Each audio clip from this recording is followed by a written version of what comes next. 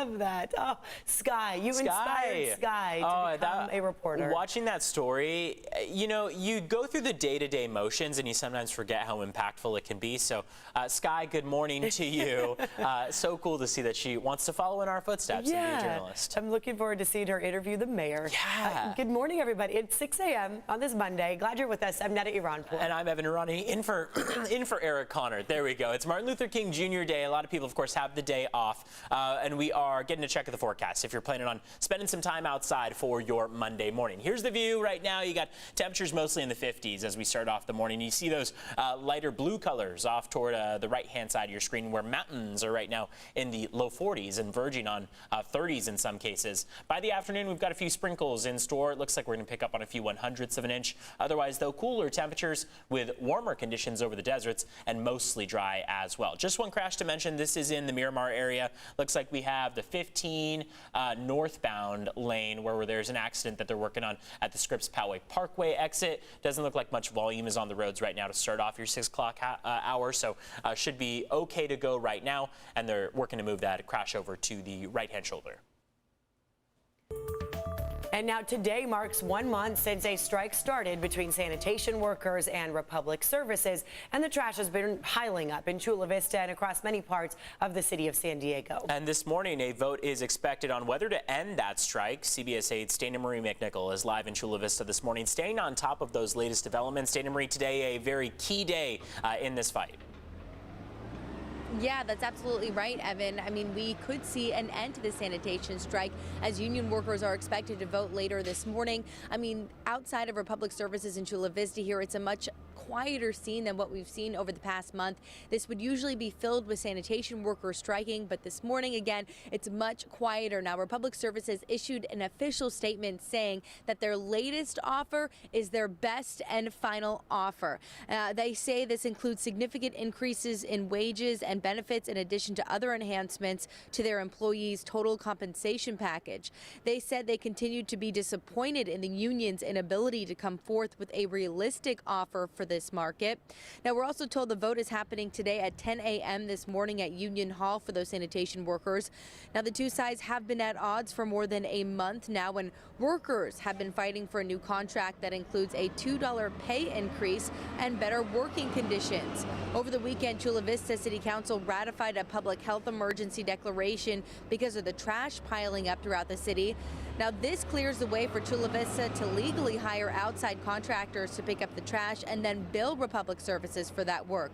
We heard from Mayor of Chula Vista, Mary Salas, who's been very vocal throughout the strike. Doing the work that Republic Services should be doing. We need to get this contract done, and we need to get it done with a fair contract that really gives our sanitation workers the respect and the dignity and the wages they deserve for doing such a dangerous job. Now, San Diego Mayor Todd Gloria says that he also shares in this frustration, giving Republic Services until today to come up with the resolution. He says the next steps he thinks is to find the company further options or to suspension and termination of the franchise. Now, the city of Chula Vista has set up an email and call center for people in the community that do have trash piling up. They're expected to pick up surrounding trash on the grounds outside of the bin. That service is starting on Tuesday. Now, today, again, starting at 10 a.m. this morning, union workers are expected to vote whether to end or continue this strike. So, of course, we'll continue to update you all morning long. I'm Dana Marie McNichol, live in Chula Vista, CBS 8. Dana Marie, thank you for that update. And this morning, a new free COVID testing site opens up in Kearny Mesa. This is right outside Zion Market, which is right on Claremont Mesa Boulevard, rather large grocery store. The site is open to everybody, and Councilman Chris Cate says the goal here is really to make testing more convenient for those in the Asian community. We did want to be able to have it in a community that has been very much impacted by the pandemic, whether they are business owners or employees of Asian restaurants. We know that they've been severely impacted. And again, this testing site is free. It'll be open 9 a.m. to 5 p.m. all week, and you do not need an appointment, so it is walk up.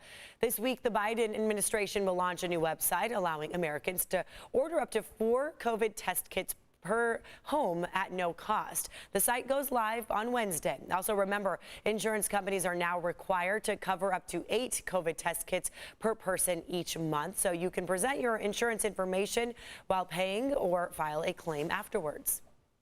And this morning we are getting some closer looks at powerful video of hostages escaping after a standoff at a Texas synagogue. Take a look at the left side of your screen here on the video. You can see the rabbi and 3 others there running to safety. Incredible video. None of them were hurt. This happened Saturday in the Fort Worth suburb of Colleyville. The suspect was killed. Authorities say 44-year-old British national Malik Faisal Akram held the hostages at gunpoint for more than 10 hours. That standoff ended when the FBI's elite hostage rescue team breached the building. And while it is still unclear why the synagogue was targeted, investigators say Akram demanded the release of a Pakistani neuroscientist believed to have ties to al-Qaeda. She currently is serving 86 years in a federal prison in Texas for trying to kill U.S. military officers in Afghanistan. Now, law enforcement here in San Diego are increasing patrols at synagogues and places of worship in response to that situation in Texas. However, authorities say there have not been any threats to local congregations.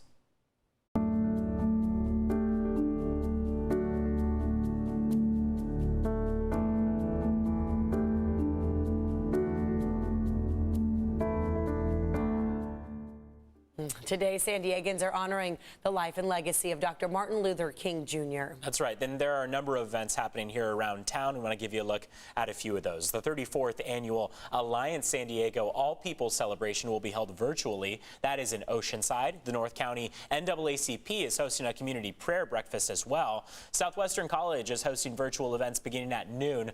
Also at noon, the World Beat Cultural Center in Balboa Park will host the 33rd annual MLK celebration. And there are also, of course, many volunteer opportunities throughout the county. For a full list of those events, you can head to handsonsandiego.org.